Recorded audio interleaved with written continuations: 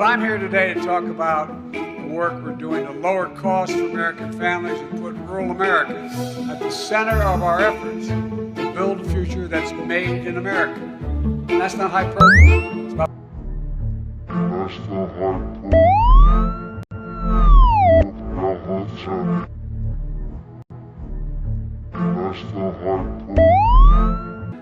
That's not hyperbole. Oh, come on, man. Come on, man. Come on, man.